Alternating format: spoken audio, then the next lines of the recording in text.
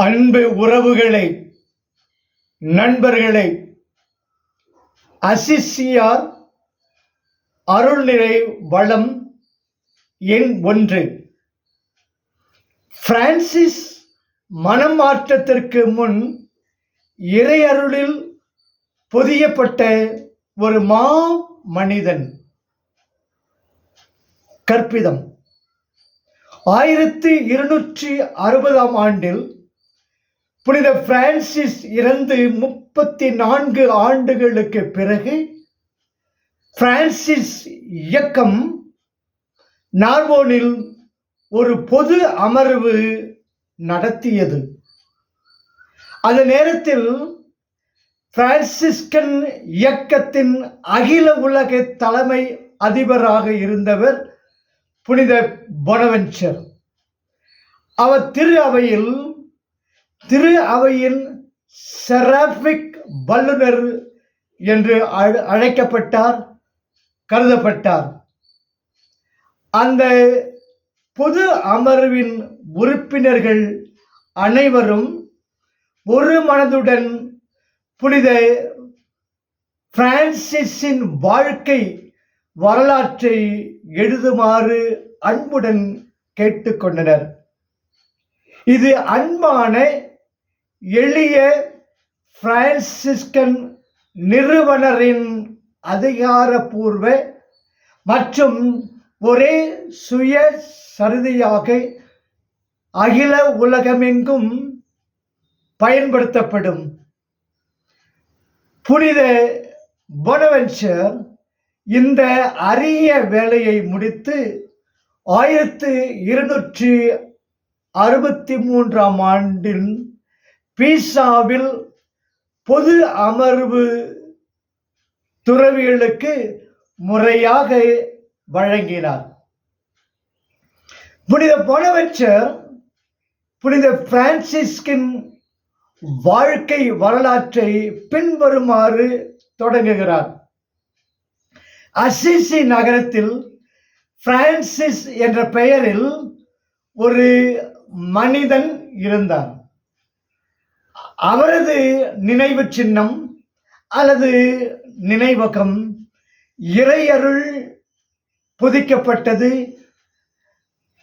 ஆசீர்வதிக்கப்பட்டது.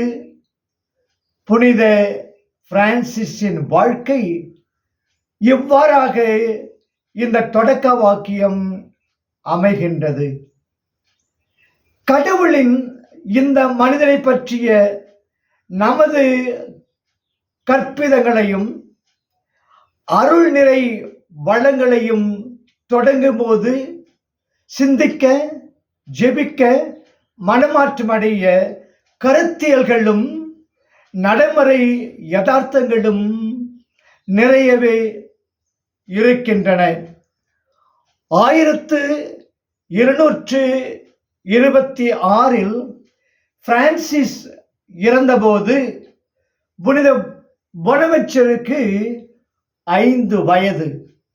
Francis இறந்து 17 ஆண்டுகளுக்கு பிறகு 1243 வரை பொனவென்ச்சர் பிரான்சிஸ்கன் துறவற அழைப்பு பெறவில்லை என்றாலும் அவர் பிரான்சிஸை நன்கு அறிந்திருந்தார். அவர் புனித பிரான்சிஸை பற்றிய பல மறையுரைகளை கேட்டார். பிரான்சிஸ் விதிகளை படித்தார், கதைகளை கேட்டார். பிரான்சிஸின் தோழர்களிடம் உரையாடினார். அவர்கள் வாழும் ஆசிரமங்களுக்கு சென்றார். இந்த தாழ்மையான மற்றும் ஏழை எளிய மனிதர் தனது காலத்தில் மக்கள் மீது ஏற்படுத்திய உண்மையான தாக்கத்தை கண்டார். ஒருவேளை இந்த கடைசி அனுபவம் தான் பிரான்சிஸின் வாழ்க்கை வரலாற்றை அந்த வார்த்தையுடன் தொடங்க வழிவகுத்தது. யாருடைய நினைவு இறையருளில் பொதிக்கப்படுகிறது?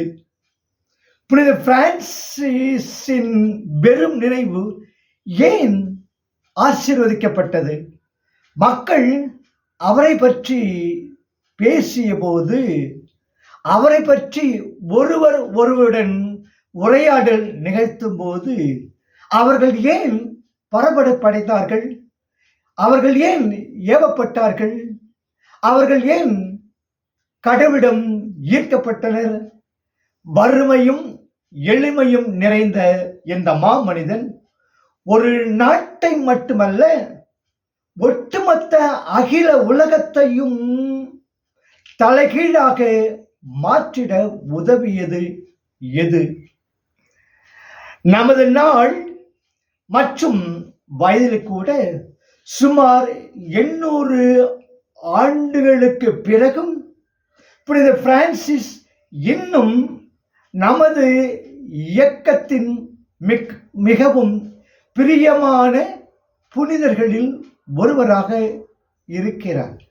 நமது நாள் மற்றும் வயதில் கூட சுமார் 800 ஆண்டுகளுக்கு பிறகும் புனித பிரான்சிஸ் இன்னும் நமது இயக்கத்தின் மிகவும் பிரியமான புனிதர்களில் ஒருவராக இருக்கிறார்.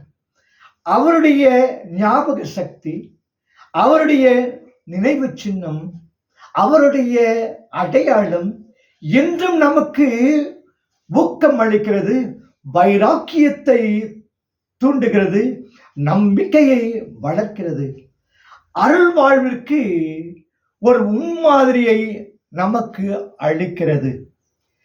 திரு அவையின் செராபிக் வல்லுநரான போனவென்ச்சர் பிரான்சிஸை தனிப்பட்ட முறையில் அறிந்திருக்கவில்லை.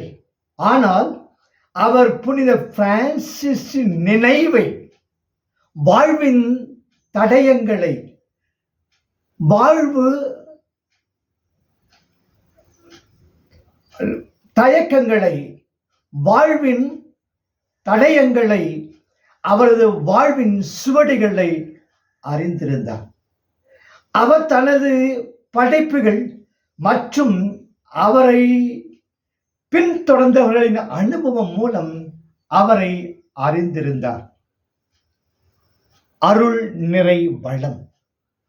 உங்கள் சொந்த வாழ்க்கையையும் ஒரு நாள் மற்றவர்களின் நினைவுகள் நீங்கள் ஏற்படுத்தும் அல்லது செய்யாத விளைவையும் சிந்தித்து பாருங்கள். அவர்கள் உங்களை பற்றி என்ன சொல்வார்கள்? வரலாற்றில் நீங்கள் வாழ்ந்த இடங்களில் உங்களை பற்றி என்ன சொல்வார்கள்?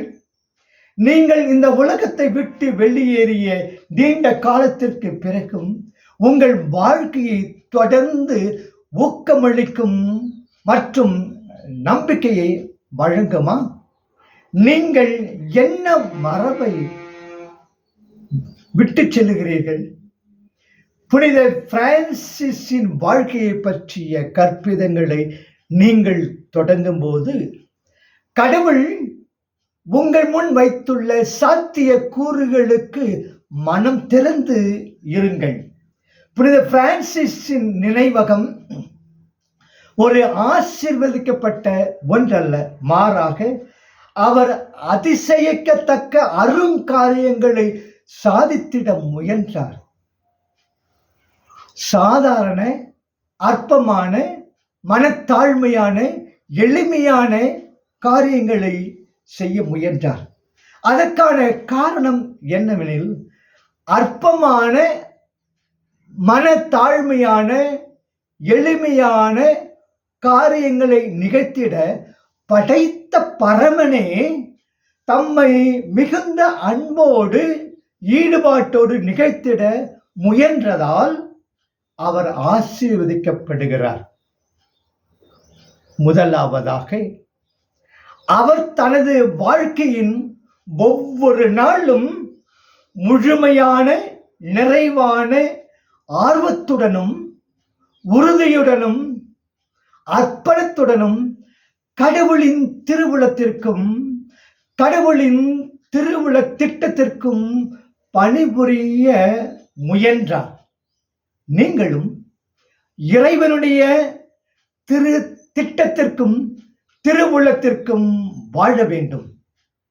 உங்கள் வாழ்நாள் முழுவதும் மிகச் சிறிய மற்றும் மிகவும் தாழ்மையான வழிகளில், எளிமையான வழிகளில் நீங்கள் இதை செய்தால் நீங்கள் விட்டு சென்ற நினைவுகள் வருங்கால வாரிசுகளுக்கு ஆசீர்வாதமாக, நினைவு அடையாளமாக, நினைவு சின்னமாக வாழும்.